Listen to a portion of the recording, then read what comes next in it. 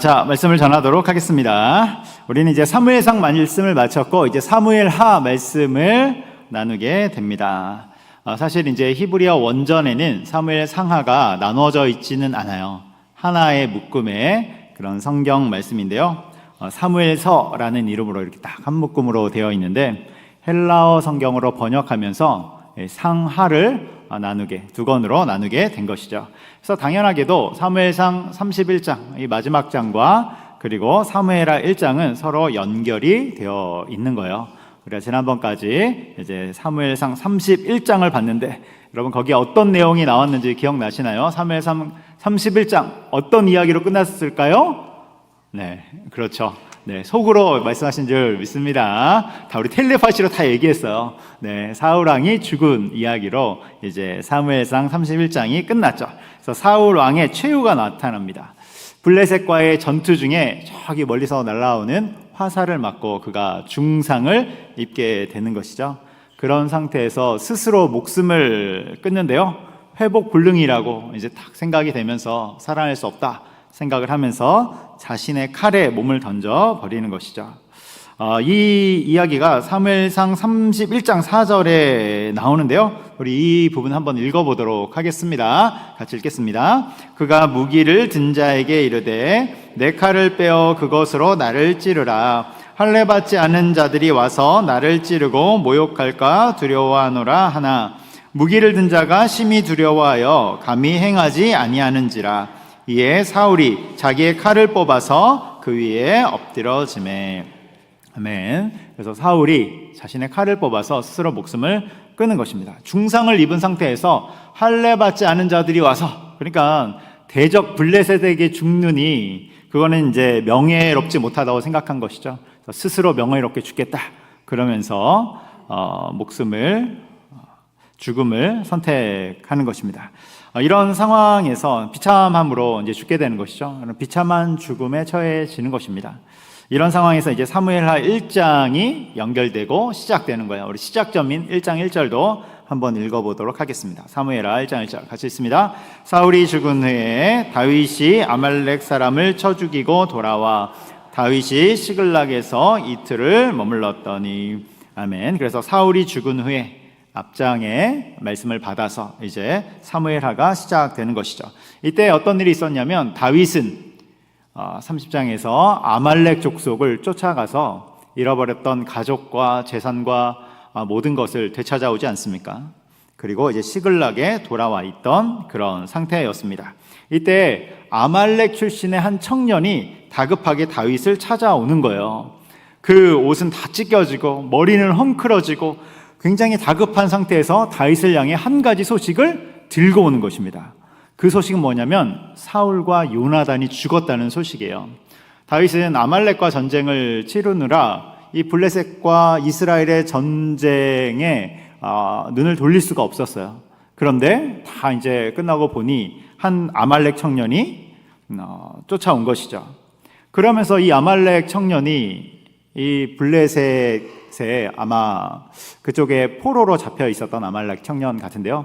이 아말렉 청년이 굉장히 놀라운 소식을 알려주는데 사울 왕이 죽었다는 것입니다. 근데 이 아말렉 청년이 뭐라고 얘기하냐면 자기가 죽였다는 거예요. 내가 죽였습니다. 내가 사울 왕을 처리했습니다 하면서 다윗에게 보고합니다. 10절에 나오는데요. 우리 10절도 한번 같이 읽겠습니다. 시작. 그가 엎드려진 후에는 살 수 없을 줄을 내가 알고 그의 곁에 서서 죽이고 그의 머리에 있는 왕관과 팔에 있는 고리를 벗겨서 내 주께로 가져왔나이다 아니라. 아멘. 그래서 이 청년이 사울이 죽었습니다. 내가 죽였습니다.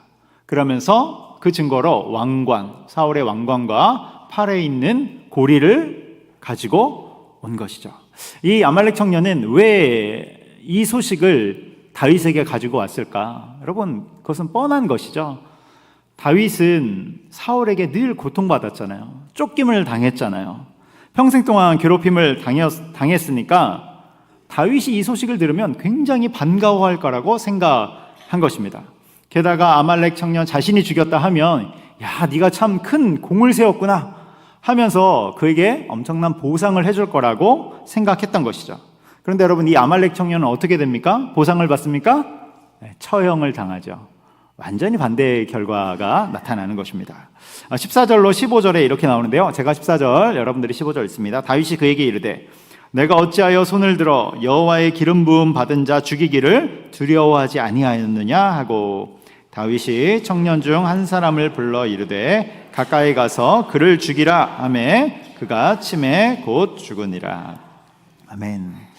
여기서 우리는 한 가지 의문점이 생기죠. 전장인 31장, 사무엘상 31장에서는 사울 왕이 스스로 목숨을 끊었다고 나오는데, 그런데 이 본문에서는 아말렉 청년이 자기가 죽였다고 주장하는 것입니다.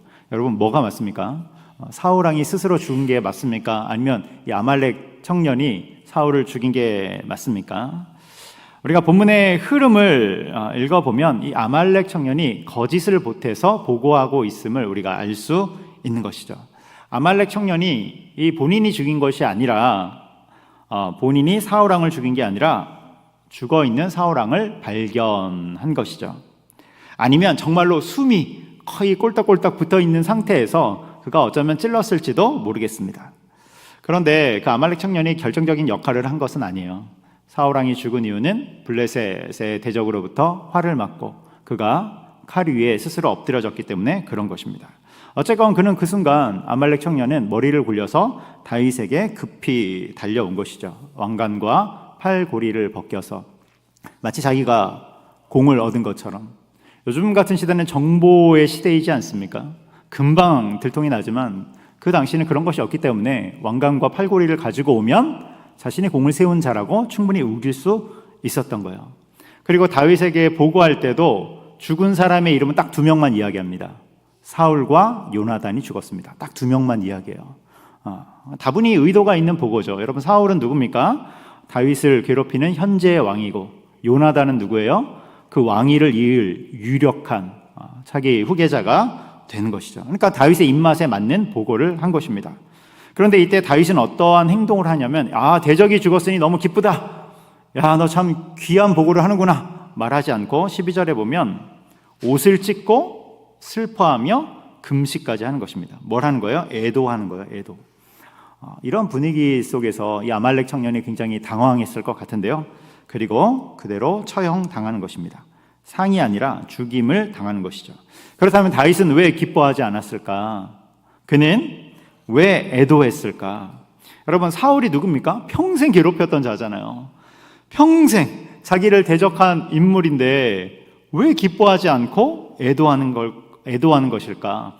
일반적인 관점에서 대적자의 죽음은 기쁜 일입니까? 슬픈 일입니까? 네, 말씀 안 하셔도 돼요. 네. 그런 일이죠. 그런 일이에요. 그런데 다윗은 지금 뭘 하고 있냐면 철저하게 하나님의 관점으로 해석을 하고 있는 거예요. 하나님의 시선으로 자신에게 일어난 일을 해석하고 있는 것입니다. 여러분, 관점이 다른 거예요. 아말렉 청년하고 완전히 관점이 다른 것입니다.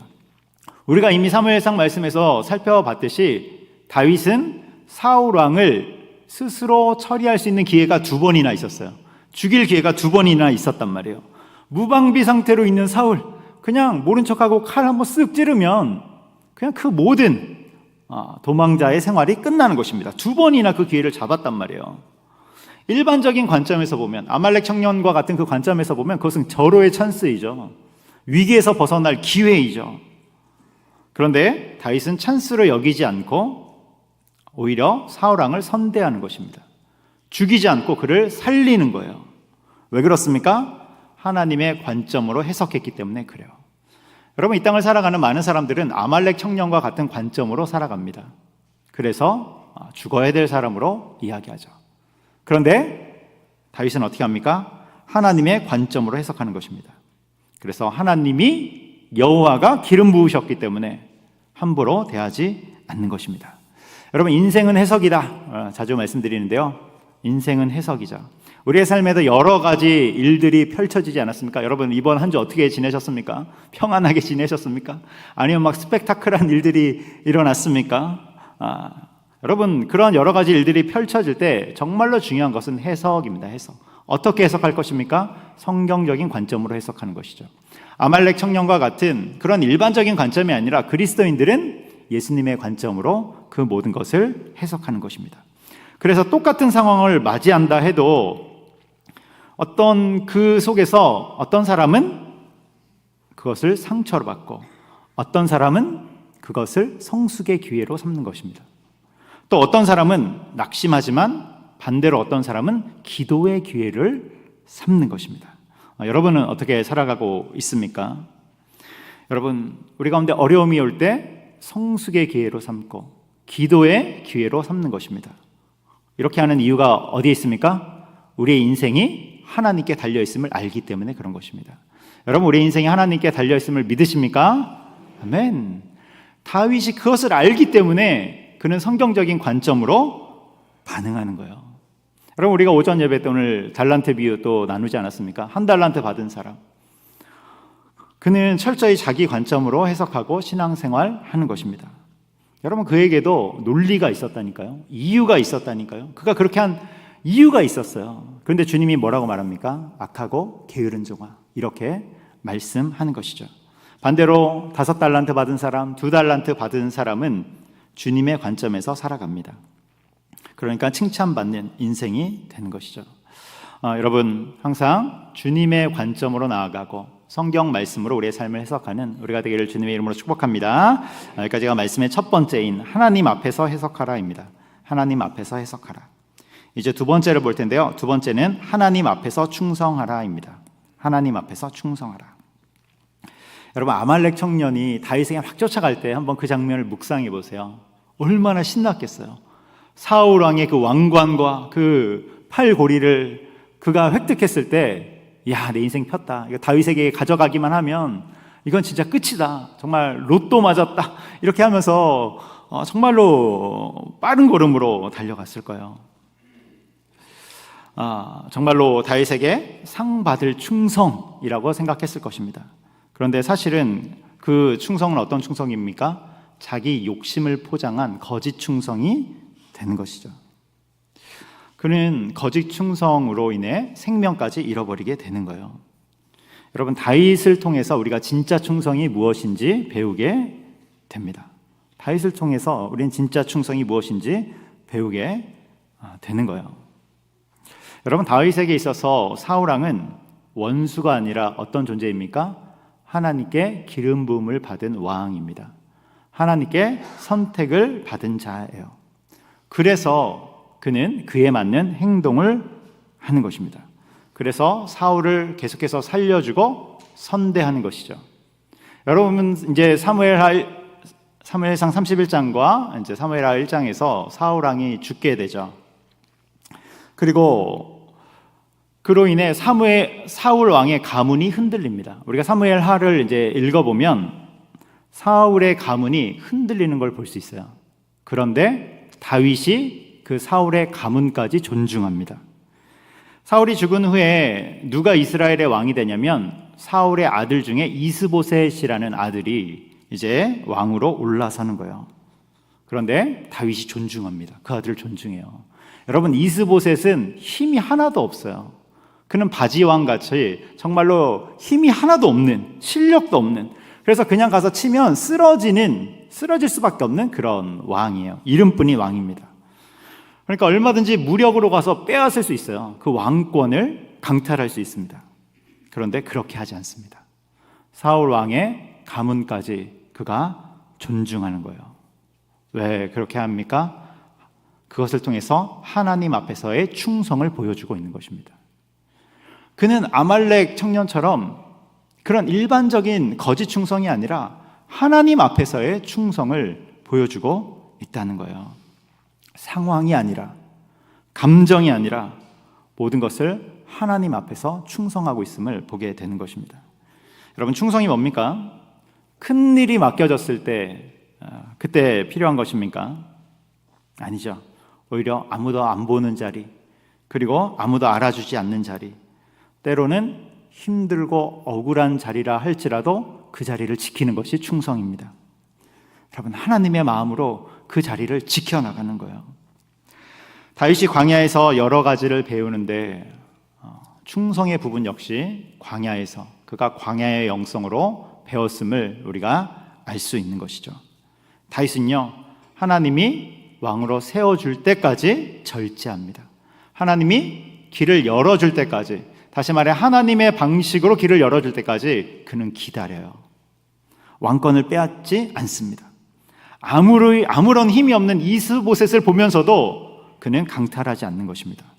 여러분, 중요한 것이 있어요. 충성하는 자들은 절제도 할 수 있음을 여러분 기억하시기 바랍니다. 충성하는 자들은 기다릴 줄도 아는 자들임을 여러분 기억하시기 바랍니다. 그리고 그렇게 하나님 앞에 충성하기 시작할 때 하나님이 길을 열어주시면서 하나님의 뜻을 이루어 주시는 것입니다. 여러분, 그렇게 나가는 우리가 되기를 축복합니다. 오늘 본문에서 아말렉 청년은 결과를 만들었어요. 결과를 중요하게 생각하죠. 제가 사울을 죽였습니다. 제가 사울의 왕관과 팔고리를 가져왔습니다. 여러분, 굉장한 결과이죠. 사울왕을 죽이고 왕관과 팔고리를 가져오는 엄청난 결과입니다. 그런데 방향이 틀렸죠. 방향이 틀렸어요. 반대로 다윗은 어떻습니까? 그는 결과가 없어요. 사울을 무너뜨리는 것도 아니고 요나단을 지킨 것도 아니고 그는 여전히 도망자입니다. 아무런 결과가 없죠. 그런데 여러분, 하나님은 누구의 충성을 인정하십니까? 결과가 아니라 하나님을 향한 방향을 잃지 않은 그 다윗을 인정해 주신다는 사실입니다. 여러분, 혹 우리 삶에 또 우리의 사역에 어떤 열매와 결과가 없다 할지라도 하나님을 향한 방향을 잃지 않는다면 그것이 바로 주님 앞에 인정된 일꾼임을 기억하시기 바랍니다. 여러분, 방향을 잃지 마시기 바라요. 결과와 열매는 우리의 것이 아닙니다. 그것은 하나님의 시간에 맺혀 주시는 것입니다. 우리는 끝까지 방향을 잃지 않고 하나님의 충성된 방향으로 우리는 나아가는 것입니다. 우리가 행하는 작은 일들, 또 섬김들, 사랑들, 사역들, 여러분 또 올 한 해 보니까 어때요? 우리가 했던 것들, 어떤 건 열매가 보이기도 하지만 또 어떤 것은 열매가 보이지 않아서 낙심되기도 합니다. 그런데 하나님 앞에서 했던 귀한 충성들은 이미 하나님이 받으신 줄 믿으시기 바랍니다. 여러분, 이러한 믿음 갖고 항상 하나님 앞에서 살아가는 저 여러분 되기를 주님의 이름으로 축복합니다. 기도하겠습니다. 사랑과 은혜가 많으신 하나님 아버지, 우리의 손에 있는 결과와 열매가 아니라 하나님을 향한 충성이 우리의 삶에 있을 수 있도록 인도하여 주시옵소서. 아말렉 청년처럼 눈에 보이는 결과들, 또 아말렉 청년처럼 손쉬운 어떤 그런 관점과 해석으로 살아가는 것이 아니라 다윗처럼 철저하게 하나님의 관점과 성경적인 해석으로 살아가는 우리에게 지혜를 허락하여 주시옵소서. 모든 것을 감사하며 예수님의 이름으로 기도합니다. 아멘.